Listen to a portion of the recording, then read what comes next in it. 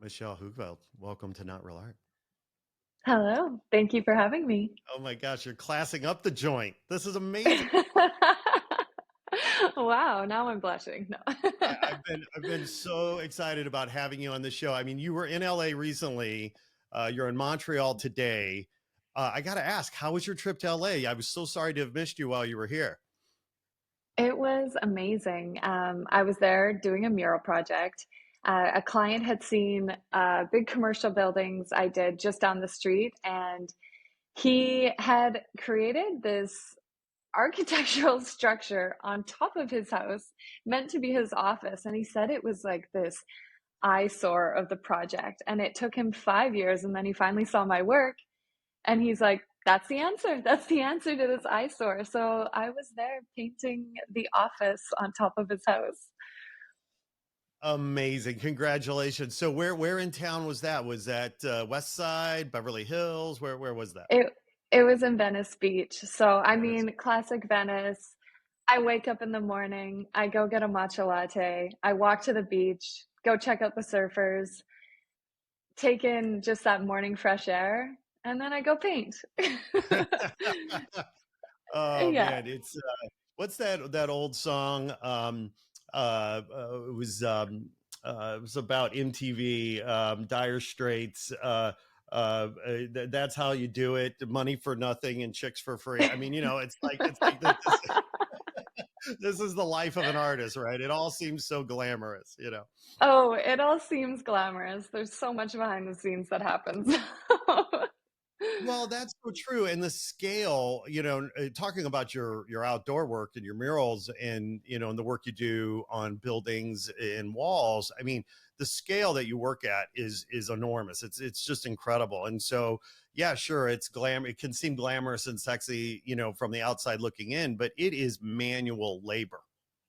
Oh, yeah, it's hard physical work. And, I always tell myself that I'll continue my fitness regimen while I'm painting a mural. And then once you realize you're working like 12 to 15, 16-hour days, you're like, I think that counts as a workout." Yeah, you're like, I'm getting a workout right now, hanging from a 10-story building. Yeah, exactly. Exactly. Exactly. Yeah. Yeah. Well, congratulations. So, is that your first installation in the Los Angeles area? No, the first one I did, I want to say was 2019, maybe around Okay. there. It Hmm. was in Melrose, on Melrose Ave, and it was in West Hollywood, and that was for Lululemon. There was a big Pride mural that I did there, and it was a collaboration with a friend, Raphael Cano, and so we did it in celebration of Pride. Yeah, and then I did another one in West Hollywood for a hair salon, and then that led to a few in Beverly Hills. One, actually, it's a giant basketball court across from the Beverly Hills Hotel, and that was a dream project for sure. Absolutely, absolutely. Well, although I'm wondering, I either have to fire my producer who didn't tell me about these murals, or I just have to get out more, because man, oh man, you're all over the city, and I haven't seen any of the murals. I apologize. I got to get out more. That's that's all good. Yeah, there's one right across the street from the Beverly Hills sign, and Oh, it's on the excellent. Beverly Hills Courier building. So it's right Okay. there. Yeah.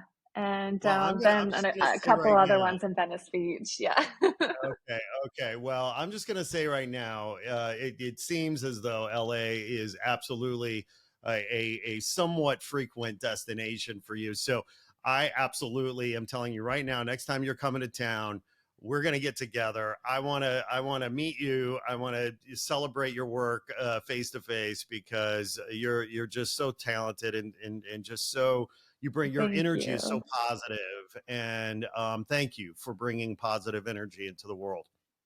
I appreciate that. And absolutely, when I'm in LA, let's do it. Let's get together for sure. Excellent, You have to excellent, show excellent. me your Well, favorite spots. okay, okay, for Yeah. sure, for sure. And when you were, Yeah. I noticed on social that when you were in LA, you got to meet the one and only Mr. Ferry. That's so cool. Yeah. Yeah, that was really great. I've met him a few other times. He's always just so kind, so humble, but this was my first time in his studio. So really getting to talk about his process and seeing behind the scenes and just, he's an OG, right? Like he is someone I remember even before I started doing murals and street art, he was an icon and a legend and kind of like the one who really like paved the way for many of us. So yeah, it was a really special experience. Very cool. Very cool. Well, I guess you're going to have to return the favor when he comes to Montreal, right? Yeah, I did actually. I just got a new studio, so it would be pretty fun to bring him in there for sure. Well, congrats on the new studio. That's Thank exciting. Tell you. me. Yeah, so, for years I've always had my studio at my place in my home. And when I moved to Montreal, I made sure I got like this like loft space that has really high ceilings and, a good open area that could be my studio. And then I quickly realized I really love painting large scale. Who would have thought? And so I searched, I visited probably like 30, 40 different studios. And then I finally found one. It's actually a 5-minute walk from my house. Ideal. And I know, I don't even have to get in my car. It's perfect. And it's 2,400 square feet. So it's a big space. And now I have giant, like 6 foot by 8 foot, 9 foot paintings, kind of spread out throughout the space. And yeah, I feel like I can finally like really like put out a series and explore rather than having to just work on one painting at a time. Yeah. Now, here's a question for you. Was it only after looking at those other 30 or 40 or 50 studios that you realized that the one 5 minutes away would be perfect? Or if you had seen the one that you chose 5 minutes away, would you have known immediately, okay, I'm done. This is it. Honestly, it was the last studio I visited. And Right, as soon as I saw it, I was like, oh yes, this is absolutely it. It has right. the big freight elevator and like the big garage doors. And it's just, you know what? It wasn't perfect moving in, but then I was able to do a bit of renovation and really make it into my own and into a space that it's white, it's bright, it's perfect for video, photo, and also just like a great space to just have color, just having all that color bounce off the white walls. It's just amazing. Yeah, it's when I bought my first house in here in LA, LA is such a tough market. And Yeah. I looked at I looked at 120 houses, true story. Oh my 120, goodness. 120 houses before I found one that I liked and could afford, right? And Well, so as yeah, that's frustrating, key. right? And but as frustrating as looking at 120 houses was, because it took months Mhm. and months and months, right? Of The course. only advantage is that when I walked into the house that I ended up buying, I knew that it was perfect because I'd seen the 120 duds, you know, Right. and oh, okay, this is home. I'm gonna get this one. But well, that's great that you found home. It's 5 minutes away. What a beautiful happy ending to that journey. Well, I have a question. I haven't had too many Canadian artists on the show. Couple. And Okay. you might actually be the second, if not the third. Not many, and which is a shame. I mean, I love Canada. I used to live in Canada. I have dear friends who are Canadian, so shame on me. Um, but but I have to ask this question. This morning, as I was thinking about our time together today, it dawned on me that I've never really asked this question, and it's probably a bit of a head scratcher. So Okay. no judgment, no judgment. If it takes a minute to kind of think this through, or maybe it's a conversation between us, but Yeah. because maybe this question never dawned on you, but I'm just curious, right? So how do you think being Canadian has impacted your art? And how do you think your art Ooh, would be different if you were American? interesting. I mean, I'll just say when you travel, everyone loves a Canadian. Canadians are the new Americans. I remember. No, no. Here's the thing. And what I mean by that, I'm old and I'm way older than you, but I Yeah. grew up and traveled at a time, around the world when, being an American, actually was a positive thing. It was like, oh, you're Okay. American. Yeah. Oh, American. Great. America. Yeah. Go America. Michael Jordan. Right. Um, you know, I remember I'm old enough. I'm old enough to remember when, I used to travel. I'm originally from Chicago, and I used to Okay. travel and I'd say I'm from Chicago and they would go, "Oh, Al Capone, bang bang." And then I would travel, and then in the 90s, the world changed a bit. And then I would travel and I would say I'm from Chicago, and they would go, "Oh, Chicago, Michael Jordan," you know. And then Right. now I travel, I said from America, and they want to literally, take me out back and beat the shit out of me. Um, as Canadians, everybody loves Canadians. You travel. It's like now I just want to tell people I'm Canadian because Canadians are what feels like of what Americans used to be. Everybody loves Canada. It's interesting. I grew up in athletics and we did a lot of traveling for soccer. Hmm. And I remember we had a big trip to Europe. We went to Sweden and Denmark, got first and second in those two competitions. So that was great, tournaments. But I remember we had Canadian flags on our backpacks while traveling. And I'd be like, oh my gosh, you're Canadian. And so, I mean, obviously, I don't have the experience as an American traveling, but I do just know the response has always been very positive. And I don't know. I do find when I'm going to festivals and things like that, it is often I get the comment, "Oh, Canadians, they're always nice," or, so, I mean, maybe that has worked in my favor, and yeah, I guess, yeah, I'm not an American, so I don't know what it would be like. But I have been confused, and then I will say sometimes the attitude shift does change in my favor when they're like, "Oh, I thought you're American. Oh, you're Canadian. Great." So I like you even more now. Right, right. but I'm gonna be completely Canadian and being politically correct, and it's just like I went to university in the US. I have family that's American, and you know what? I have many great friends and people close to me that are American, so I'm like, I'm not gonna trash talk America. I'm like, I'll leave that to other people while we're traveling, but yeah. Yeah, it's just fascinating, and it's funny. I used to joke, I've never met a Canadian I didn't like, and that was true up until about 10 years ago. I met Oh this one no. Okay, let's I hear met it. this What one guy. He happened? was a total asshole, and I was like, "Oh man," I was so sad to find out he was Canadian. Where was he Anyway, from in Canada? Do you remember? let's not waste time talking about that guy. All right, all right. Okay, let's not Yeah, bring this vibe down, because we are here yeah. to celebrate you.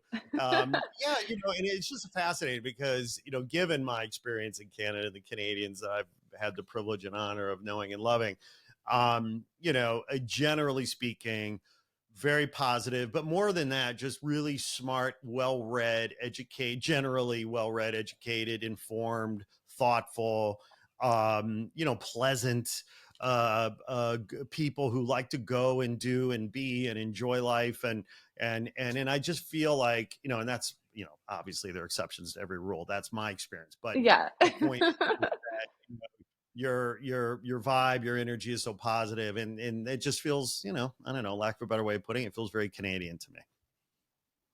Well, I mean, it's where I'm from. I'm very proud to be a Canadian, I guess you could say. But I will say too, like I have my US visa, so I can live and work there. And I mean, that has been a huge benefit too. So I can't imagine being an artist and not having that visa because I will say most of my jobs are in the US right now. So yeah, That's good to have. yeah. Well, you glossed over something, that I want to go back to, because I always, am, I'm all, talented people just inspire the hell out of me. Right. And it's one thing to be talented and have an intelligence, in one area. And oftentimes that's the case, right? People are a genius or they have a genius in one area. They have an intelligence in one area. And sometimes people are truly, multidisciplinary. They have multi talent, and it's the old stereotypes. It's like, well, I'm a scientist, or I'm an artist, or I'm an athlete, Right. or you just said you played soccer in college, right? So I you did. have Yeah. this, you are at least multipolar in terms of having the genius around art. You have a genius, and clearly you're a great athlete. Incredible that you have that experience as an athlete as well. What do you think, being an athlete and being, a team, being involved in team sports, being involved in a competitive culture of course winning and competing, how do you think that has Mhm. informed? I think so. Not only on top of being an athlete, I'm a twin sister. So, you know what? Oh. She's my best friend, but also we grew up being a little bit competitive. So I think it Mhm. always forced us to kind of, strive for our best and be like, oh, you're doing this? Okay, I'm going to do this. And then same with sports. It's like you're in it to win. And yes, like being able to get along with your teammates, but you're working together to achieve a goal, and the goal is to win. So I think it taught me things like determination and being Mm, motivated and just hard work yeah. ethic, and Mm. and you put in the time, and that very much translates to running your own business and being an artist. Is you have to put in the time, and you have to dream big, and you have to have these goals of excellence. And I think that's probably the biggest message is excellence. That's what we're here to achieve. Yeah. I love that. That's so great. I mean, it's that discipline. The word, I don't know if you use the word or not, but I mean, what you're saying, you're talking about discipline, right? The discipline that it Yeah. takes to practice and to practice and to practice and get better and grow and get stronger Yeah. and tougher and more determined and, and just more precise and, more Yeah. exacting and all of that, all of that rigor is going to pay dividends in ways, off the pitch, right? And in your Yeah. case, it's off the pitch and in the studio, right? Absolutely. And also too, it's not always the sense of achieving something, because oftentimes in sports and athletics there's failures. And Right. again, in art, that's the same thing. Like you can be starting a piece and feeling the best about it, and then midway through you have this self-doubt, or you're not sure where it's going, or for instance you don't get a job or things like that. There's so many times where you have to kind of really dig deep and look within yourself and say, oh wow, okay, how do I grow from this, how do I become better, and just continue to move forward without letting it really affect you to the point where you give up. And I mean, same as in sports, you have to keep going. Absolutely, absolutely. You can't never, never, never, never, never, never, never, never, never give up. Ever. And for me it's the mindset, it's just that belief of Mm. anything is possible, absolutely anything.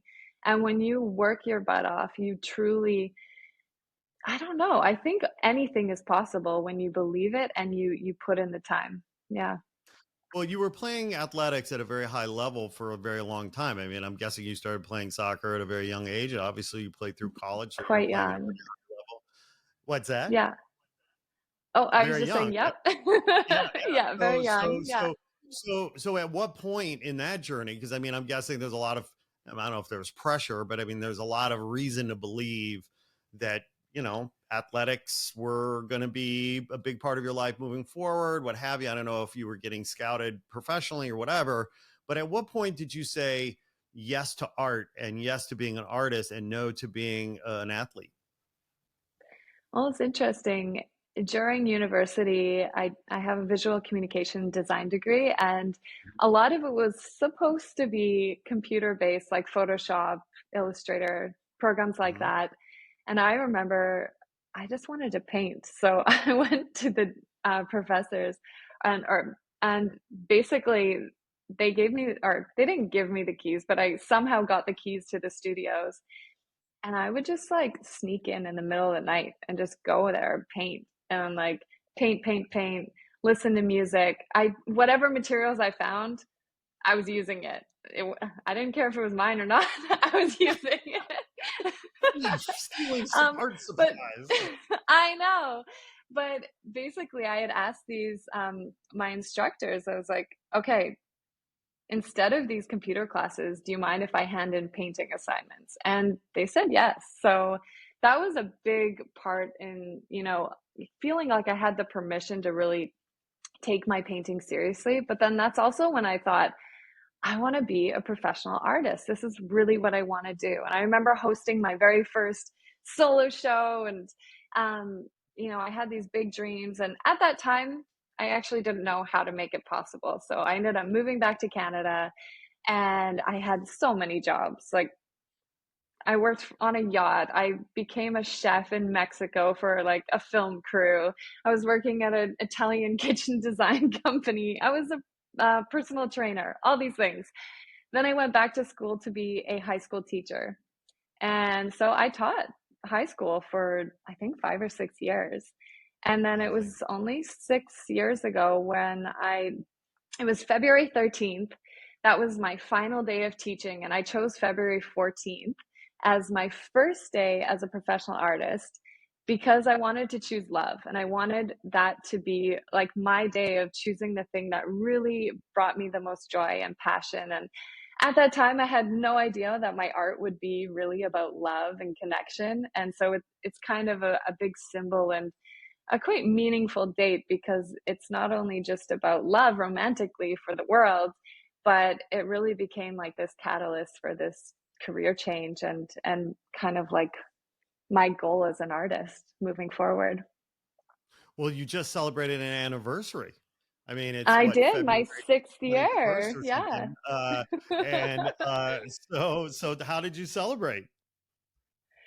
You know what? Um, it wasn't quite on the 14th that I celebrated, but I just went to Costa Rica. It was more of a celebration for my friend's birthday, but I went to Costa Rica That's on a amazing. surf trip. So I will consider that my celebration for my six I think years you full time as should. an artist. What Yeah, better way to celebrate your own life than celebrating the life of another, right? And in Costa Rica, absolutely. nonetheless, I surfing. Jesus, can I exactly. grow up to be you, please? Oh, I didn't want to leave. I could have been surfing there every day. Yeah, it was amazing. And like speaking of athletics and bringing it back to this idea of art, the same Mm, thing happened with surfing as it does in the studio is you get in this flow and you could be doing something for hours and hours and hours and you know, it's just like that connection between just what you love doing and your passion and then just being in this immersive state of I don't know, like meditation. That's really bringing it back to the athletics to art connection again too. And yeah, it's an incredible feeling when you lose time in what you love doing. mm. Yeah, that flow Yeah. is a powerful thing, right? It really, it's Hmm. it's sort of bliss, and it's sort of a blissful abyss, you know. It's just like you're floating, you know, or something. I don't know. It's amazing, the flow state. Yeah. And so, you know, as I'm listening to your story, I mean, it's so inspiring. It's so wonderful. You know, but you are here today, right? Because, and I know you would say this yourself, so I'll say it for you. Um, you know, you are here today because you are standing on the shoulders of so many amazing people who helped guide you and teach you and raise you, not the least of which I'm guessing is your family and your parents, but of course, you know, your teachers, your coaches, your mentors. Hmm. You know, let's spend a moment or two honoring them and shouting out to a few of those family members, teachers, mentors that helped you along the way and gave you some sage advice that helped you get to where you are today. Um, to be honest, like there's one artist I really looked up to, and he is still doing amazing things. He's a fine artist, but his name's Andrew Salgado. And Hmm. he's from Canada, but he's Hmm. now based in London. And just seeing someone who is similar in age create this excellent career for himself in all these solo shows and traveling the world and really being recognized for the work that he does, that was a huge inspiration. And so I guess just seeing other artists who I felt like, wow, if they're doing it, what what is stopping me or what is stopping someone else from doing that Right. exact thing? So I will say just having role models in a way that was a Hmm. huge I want to give thanks to that for sure. Hmm. Hmm. Um also inspirations from the past would be like Ellsworth Kelly and Frank Stella, Agam, Mondrian, like all these artists that you see doing amazing work, especially abstract work. Those were really big inspirations for me too. And then of course, it's interesting. My family is beyond supportive of what I do, but at first, there was a lot of fear there. Oh, Um, I and gotcha. I was a high school teacher, so I had a salary, I had benefits, Right, I had all security. these things where Yeah, I had security. And, especially for my dad, that was a really big thing. Like, he had his own business for a long time while we grew up, and there was the highs and lows of that. So I think me just having this stable job was like, no, no, what are you doing? right. But I will say, after these 6 years, he's probably my biggest supporter. Like, Sure. he, I know he's so proud of what has happened over these last years. And, sometimes it takes us black sheep, I should say, of the family, to like break the mold. And like my friend Andrew Salgado, it's an pure artist. It's like seeing people do it, I think allows people or gives the permission for other people to try. So, but I will say I love my family, and I have three sisters who are also beyond supportive and really good best friends that what they really lift you up. And another artist too who I absolutely adore, and she's like a soul sister. She's the one who convinced me to move to Montreal. Her name's Ola Volo, who you should have on the podcast because she's unreal. Right. Hey, make the introduction. We'll um do it. yeah, I will, absolutely. And she's another one who I would say has been like a really big part of, I guess, my career as an artist. Yeah. No, I totally get what you're saying about family. I mean, at the end of the day, right? I mean, it comes from a place of love, right? They're scared, right? They just want the Of best course. for their kids, and Yeah. it's their job, right, to protect us. And Hmm. I had a similar experience, in the Midwest outside Chicago growing up. I mean, it's sort of a very conservative. Some can be kind of conservative, practical kind of Hmm. culture where it's like this idea of a real job versus not a real job, and it's like, Absolutely. Yeah. that's not a real job. What do you how are we going to support you? And it does take, Yeah. a special soul to say, no, what, I'm going to jump. I don't know if there's a safety net or not, but I'm going to do it anyway. And ultimately, God forbids, if you were to fall down, of course your family's going to pick you up and help dust you off and get you back going again. Of course. But when you stick the landing, of nobody's prouder, right? And that's the family's job. But then to have the courage, right, and the determination and the vision and the gumption, to break out on your own and say, no, no, no, no, this is what I'm supposed to be doing, answering one's calling, I guess, is Yeah, is the hero's journey, you know.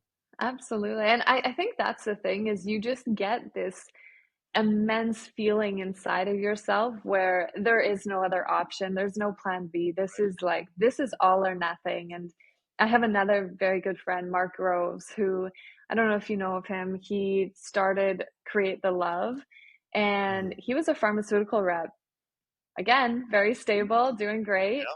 But Yeah. he had this calling to, really write about relationships and, help people along the way and coach them.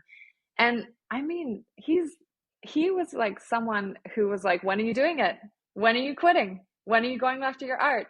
And he'd give those like little pushes, and it's like people like that where you're like, "Yeah, like he did it." It's like, "Yeah, here I am. Let's go." Well, that's it, right? I mean, having these Yeah. people around us that are proof, are evidence, right? That it can work, and it could and it may indeed work out just fine. But even Yeah, security, I mean, the idea of security, let's be real. I mean, it's a bit of a fantasy too. There is no real security. I mean, how many people do we there know isn't. worked for a company for 30 years or whatever, only to get a gold watch at the end of the day? And of course, those jobs are Right. over these days because we live in a gig economy and so on and so forth. So the truth is, we all are on our own. We're born alone. We die alone. We're in this world alone. Not to sound dark, but I'm just saying we might as well live boldly and live the lives that we dare to want to live, because what else are we going to do? It's up to us. Absolutely. Yeah, absolutely. And you know what? That's why, like, every morning I write down my goals, and they Mhm. they might change, but every day, even if I repeat the same thing over and over again, And it's been so cool seeing that list evolve, but also seeing things get checked off. And it's just like you said, you got to live boldly. And for me, it's just like putting those dreams, those goals out there, and just like chasing them, going after them, and just knowing like, yeah, you're gonna fall, but you know what? If you aim high, you're gonna hit something. Well, and that's, and that's how you build up, what's the word, grit, and it's how you toughen up, and some would say that those you learn a lot more arguably from those failures than sometimes we do from our successes. And I think it was Goethe that said, when you live boldly, mighty forces come to your aid. It's that, Hmm. that just sort of spiritual element as well, that's so powerful. And so, for those young artists out there, that are listening, Hmm. what advice would you give them as they embark on this? I think the first thing I would say is put yourself out there. You have to try. I mean, Mm, but also it's not expecting things to fall into place. Like social mm, media can make it seem very like everything happens in an instant, but yeah, it is years and years in the making before something appears successful, yeah, whatever success truly means. But yeah, it's yes. the time in the studio. It's finding Mm, your style, your mm, voice as an artist. And mm, you know what, for me, for instance, that took years to find. I was painting abstract realism, landscapes, all yeah, these crazy different styles. mm, And then it was mhm, finally when I hit something that really felt right in terms of, yes, okay, no, this is my voice as an artist. That was yeah. when the momentum started to shift and really happen for me. So I would say it's putting the time. Yeah. Yeah. I love that because you're talking about those 10,000 hours, right? You're talking about Absolutely. Yeah. the practice. You're talking about the practice, we're going back to sports or Mhm. whatever it is, Yeah. the 10,000 hours of the hard work, sweat and tears, the old joke about, the overnight Yeah. busting their ass for 10 years. I mean, it is, but the word you use, I love the word you use, voice, finding one's voice. And you're only Mhm. going to find, whether you're a visual artist, painter, or whether you're a comedian, or whether you're a musician, Yeah. at the end of the day, finding your voice is ultimately the goal. And the only way that you're going to do that is by, getting out there and sticking your neck out and taking those chances and taking those risks and falling down a bunch and picking yourself back up and keeping at it, because then one day, right, the clouds open up, the sun shines down, and you realize, I'm Mhm. here, I found it. Exactly. Yeah. And I think it's also, it's not totally separate, but separate from this is creating a lifestyle that allows Mm, time to hear yourself. So whether it's going for walks or having a morning ritual or things where mm, there's clarity, I think that's when that voice can also come through too. And that takes time as well, and maturity and growth. But yeah, I mean, it's all part of it. Well, it is an interesting point because, yeah, sometimes, hard-headed knuckleheads like me, we have to learn the hard way, right? But if Right. you're wiser and smarter and brighter than I am, maybe, just maybe, you'll listen to wise, experienced people like you and take heed, because, what you just said is so powerful, because it is in the quiet moments, right, that we get clarity, that we see, and we hear, right, and Right. and we Yeah. live in such a noisy world. I mean, and it's always been noisy, but social media has made it even noisier, and we're Hmm. under all this pressure, to be on Instagram or TikTok or whatever the hell it is. Right. And at the end of the day, for me, I think it's just a huge distraction. Yeah. And Yeah. there's a time and place for these tools. I'm not saying they don't have value. I'm not saying they don't have their place, but they can be toxic, and I see it in myself. If I and I'm 53 years old. As far as I'm concerned, I have a wonderful life. I'm a happy person. But Yeah, when I spend just a few minutes on social media scrolling through, I suddenly start feeling shitty about my life and about myself because I was like, oh man, I'm not doing this, I'm not absolutely. doing that. And I mean, it's just toxic.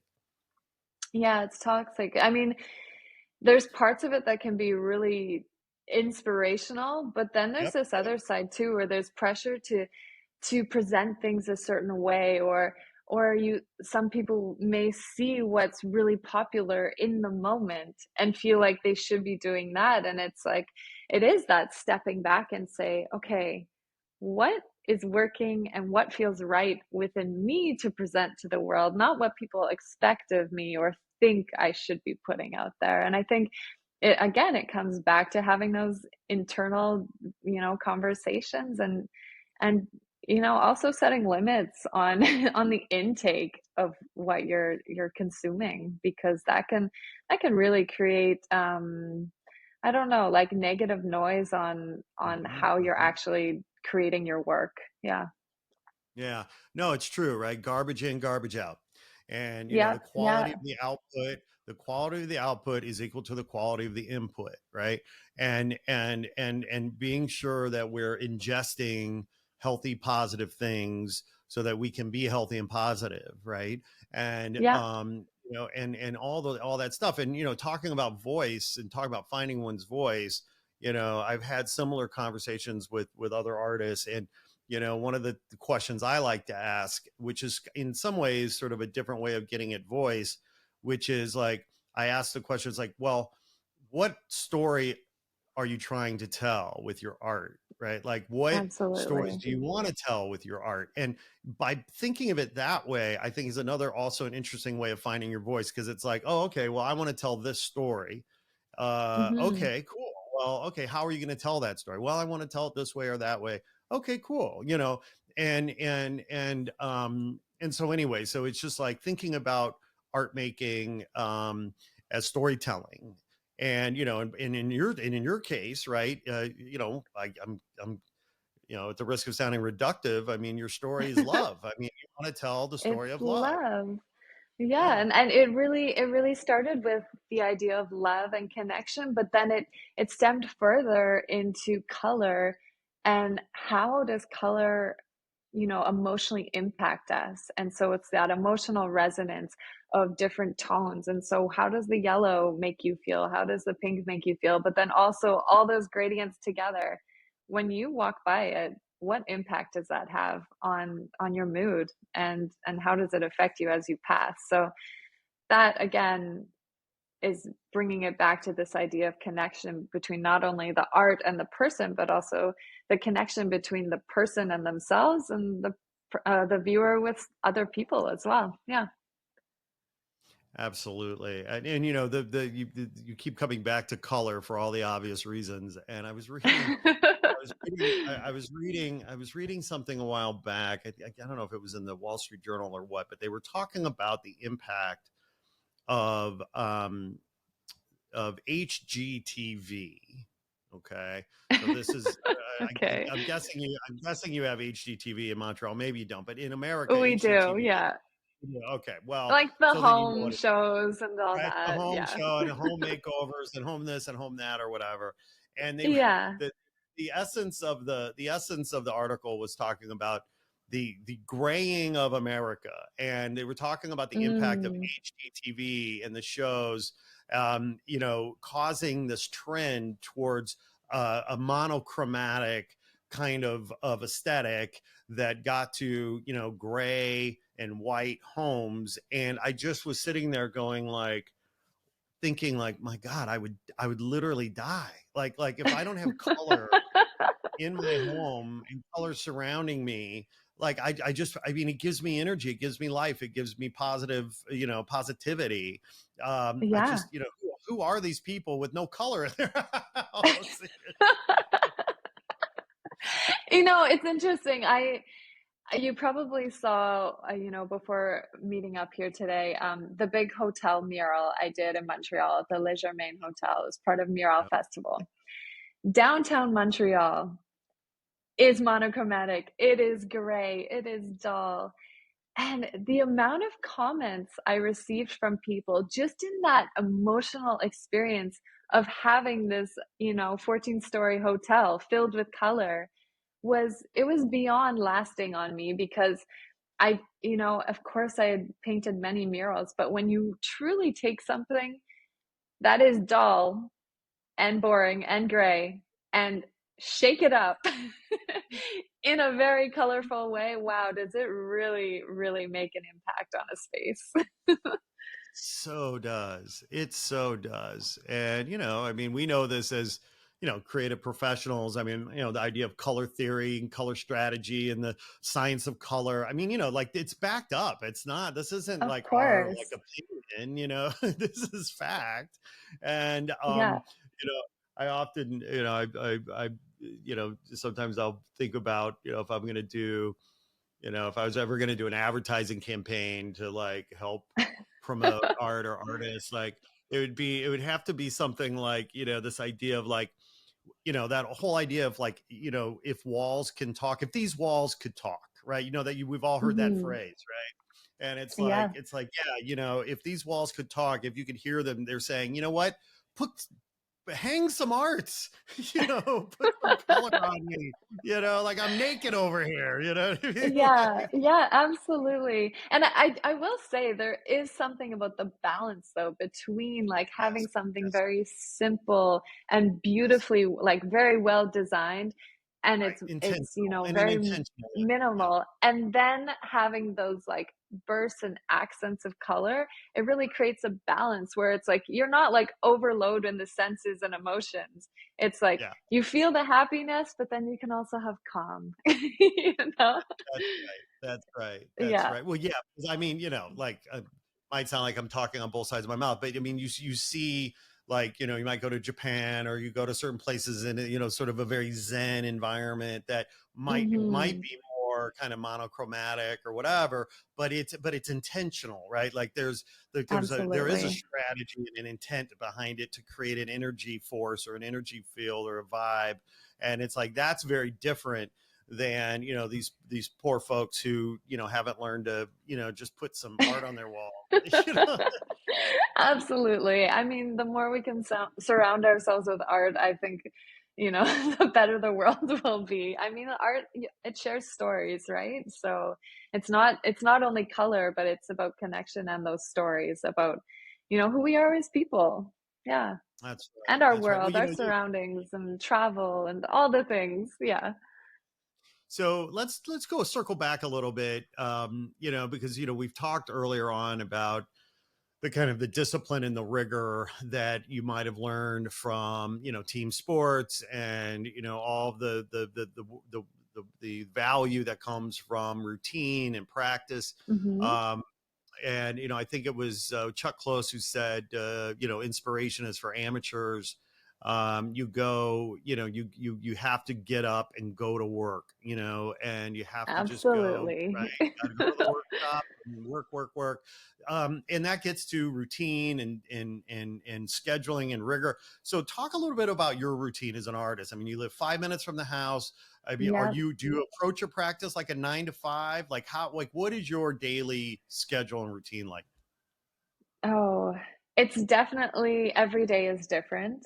In Mm-hmm. a way, I love that flexibility, but generally I'm waking up around 7 o'clock, and that's Mm-hmm. when I'm doing my meditation. That's when I'm doing my workout. That's when I'm having my matcha. It's like my personal moment. And I Mm-hmm. would say around 8:39, that's when I'm starting work. And whether it's, jumping on emails or Mm-hmm. I'm walking to the studio right away and jumping into painting. But I will say, like, just as you were saying, it's not about inspiration, it's about showing up. Mm-hmm. Like, for example, I was in the studio the other day opening my sketchbook, and I don't often work in my sketchbook. I'm usually painting, but I'm really trying to think of some sculpture ideas and things like that. And honestly, my mind was blank. And I was like, you know what? I'm going to sit down and do this anyways. And within half an hour, I had 6, 7, 8, 9 ideas. that I wouldn't have had if I hadn't opened my sketchbook. So for me, it's just like that reminder of just showing up. And sometimes too on a painting, I don't know where it's going, but I'm in the studio, even if it's only 3 hours, 2 hours, it's Mhm. amazing what you can accomplish in that time. And imagine you do that every day. But for me, Yes. I mean, sometimes I'm in the studio till midnight. Sometimes I'm in the studio till 9 p.m. Right. I don't have Right. kids, so for me, it's, my ability to go past your normal work hours is, Sure. yeah, it's unlimited. So I would Yeah. say You I, don't have I tend to be working longer than most. Yeah. right. Well, but I mean, you said something that was really really important, because it does get to routine and discipline, which is self care, right? So you Hmm. start every day Definitely. with self care, with self love, right? You Yeah, take care of your vessel, you take care of your body, of your mind, which ultimately takes care of your spirit, which ultimately prepares you to be effective in the studio. And absolutely. Yeah. I think this idea of self care, is often overlooked and in the art world specifically. I don't know that For artists sure. take care of themselves in the way that they should, right? And so, Hmm. talk a little bit about that. Um, the importance. And of course, you come from an athletic background, which really Right. prioritizes health and wellness and fitness. But talk a little bit about the importance, the critical importance that self care and self love has for you in your practice. For me, it's clarity and also energy. I mean, I know if I'm not eating well, my energy goes way down low, and then I'm less inspired or less motivated to actually walk to the studio. So for Right. me, that is important, but also it's not necessarily about always eating healthy and doing the right thing every time too. It's about, the self-love portion of making time for friends and, having dinner with them and sharing in that experience and kind of connection. It comes back to that again. Mhm. But also I'm noticing a huge shift in friends who are artists as well, where when they first got into their careers, everyone was partying and drinking and doing drugs and all the things. And now, so many artists I am seeing are completely sober and they're all working out and sharing that they're working out online. And Right. it's Right. such Right. a shift, but also it's such a beautiful shift, and I'm just like, "Yes," like, I love that this idea of the drunk, kind of like haggard artist, like, is Right. shifting, and it's not just like you're you don't have it all together and you're just, like, sloppy in the studio. Um, yeah, so for me, that's really important to just bring it back to those routines and just that self-love. It's really, really key for me. And it's also, I will say it is very tough when I'm on the road all the time though. Yes. Yeah. Right. When Sure. you're traveling, it's like as soon as I get home, you get back into your routines. But when you're Right. living in an Airbnb or hotel, it's, Right. trying to recreate that outside of Mhm. your comfort zone. So it does Yeah. take a little bit of a balance and a dance every time you pack that suitcase again. Yeah, that's so true. I mean, traveling, that's why people that travel for work, on the regular, right? They Yeah, tend to be less healthy. It's just hard, to be yeah, so disciplined when you're in different time zones or on planes or you're eating airport food or whatever it is, right? And yeah. it's just so challenging. But it is, I was joking with someone the other day. I was like, you know what? Like, why is it that every time I turn around, something else I like is toxic? It's like turns out everything I like is going to make me sick, poor, or fat. You know what I mean? And it's sort of like the pendulum has gone like way over here, and listen, I'm joking because of course being I healthy and know. being all Yeah. that's great, but it is sort of like crazy that every time I turn around, like I'm killing myself with something else that I had no idea. It's like, oh, that's toxic too. Oh, great. And you know what? Like, we can't become like these like people who have to like literally look at everything in our lives because, well, then you just drive yourself nuts. But yeah, again, it comes back to that balance. Like, we're not going to be perfect for sure. Balance. That's But right. That's yeah, right. yeah. Yeah. And well, And whatever as balance, everyone's definition of balance is completely different. But well, and that's why the Buddhists say, everything in moderation, including moderation, right? Like that's exactly. And that's such let's be honest, I'm not the best at moderation. I live life in extremes. I'm either all in or I'm all out. So I'm trying to like hone in that idea of balance too. okay. You and me both. Well, I'll tell you what, you help me, I'll help you because I have the same problem. I'm either all in. I'm a very Totally. passionate. Yeah. Indeed, indeed. Mhm. Michelle, you are just a delight. I am so grateful and that you have honored us by coming on and sharing your story and being here. I hope you will come back. I hope that we can. This is the first of many conversations and chats, and I so look forward to meeting you next time you're in LA or when I'm in Montreal. Which, by the way, I'm way overdue for a trip to Montreal. I am so thrilled to know you and meet you and have you on the show. Thank you so much for coming. And before we wrap up, I just want to give you the chance, right, to tell the listeners what's on your mind, what they need to know, something coming up, something new, something exciting. Just as we go out here, share with the listeners something that you feel like they should know about what your practice Ooh. in the future. Well, something that was really exciting that we launched in January, I created a clothing collection. It was a collaboration with a Canadian fashion brand. I know. Hey, congratulations. um, That's so cool. and it was beyond cool. I never fully I mean, I've always dreamed of working with a fashion brand, and now my dreams are even going further. I'd love to, the next steps would be to work with a luxury fashion brand like Prada or Gucci, Louis Vuitton, I would just love it. But this was particularly a fitness activewear Yeah. line. So we did the sports bra, the leggings, a windbreaker, a crew neck sweater, and a bag. And that was a really, I mean, the response was absolutely, heartwarming and very touching. And um, speaking of color, normally I'm actually wearing pretty neutral like colors in my wardrobe. And then Sure. I put this on, this very bright, colorful sports bra and leggings, and I was like, damn, I want to work out. So it is Damn, I amazing. look good. Let's go work out. Yeah, Amazing. so that was really cool. It was also really fantastic. The brand is Reitmans, and the way they, really came together in this collaboration was really celebrating me as an artist. And that was really cool where, my logo, my name was all over the labels and on the displays and everything like that. So I felt like it was really nice that they embraced me as an artist and wanted to share that it was an actual collaboration, not just using the design on their pieces, right? It was about, Yep.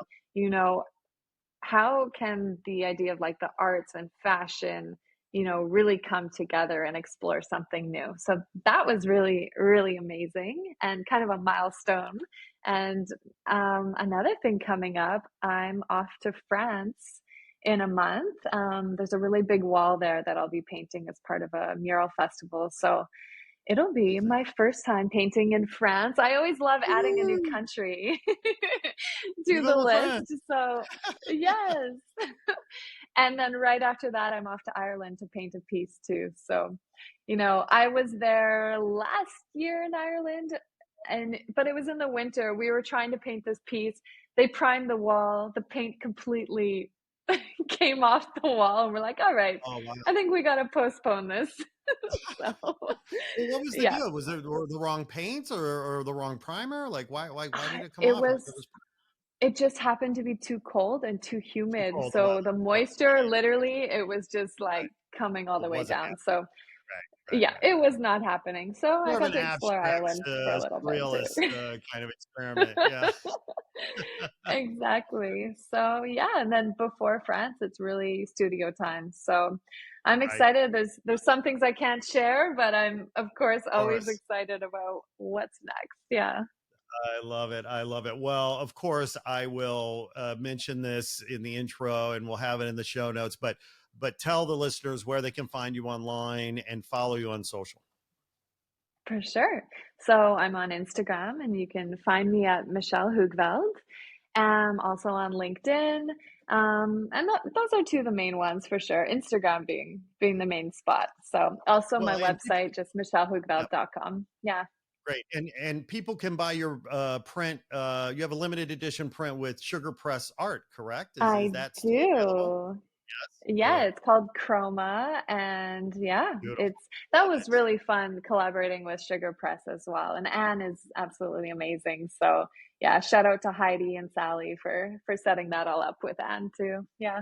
Yeah, yeah. Anna's the best. I love Ann. We're just we're dear friends, and fellow Aw, Midwesterners, and I just adore her and Sugar Press. So that's awesome. I was thrilled to see you that you were working with them. That's great. yeah, yeah, no, it was Great. really great. And just I had reached out to a couple artists too on their experience, and they had nothing about but great things to say about Sugar Press. So yeah, it's been great so far. Very cool. Very cool. Well, Michelle, you are the best. Thank you so much for coming through. You You have are a the beautiful best. afternoon. Oh, you're the best.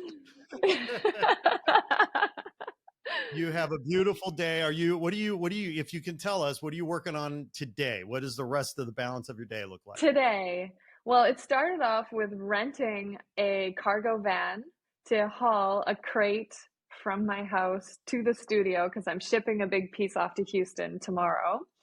Okay. And right after this, I'm off to the studio and I'm working on a couple commission pieces. So, yeah, that'll be Exciting. that'll be me until the late hours working on those. Yeah. Excellent. Excellent. Well, Godspeed, my friend, and come back soon. And thanks again for coming through, Michelle. Oh, thank you so much. And yeah, I can't wait to come to LA and then we can meet in person. Thank you again. Look forward to it. Cheers.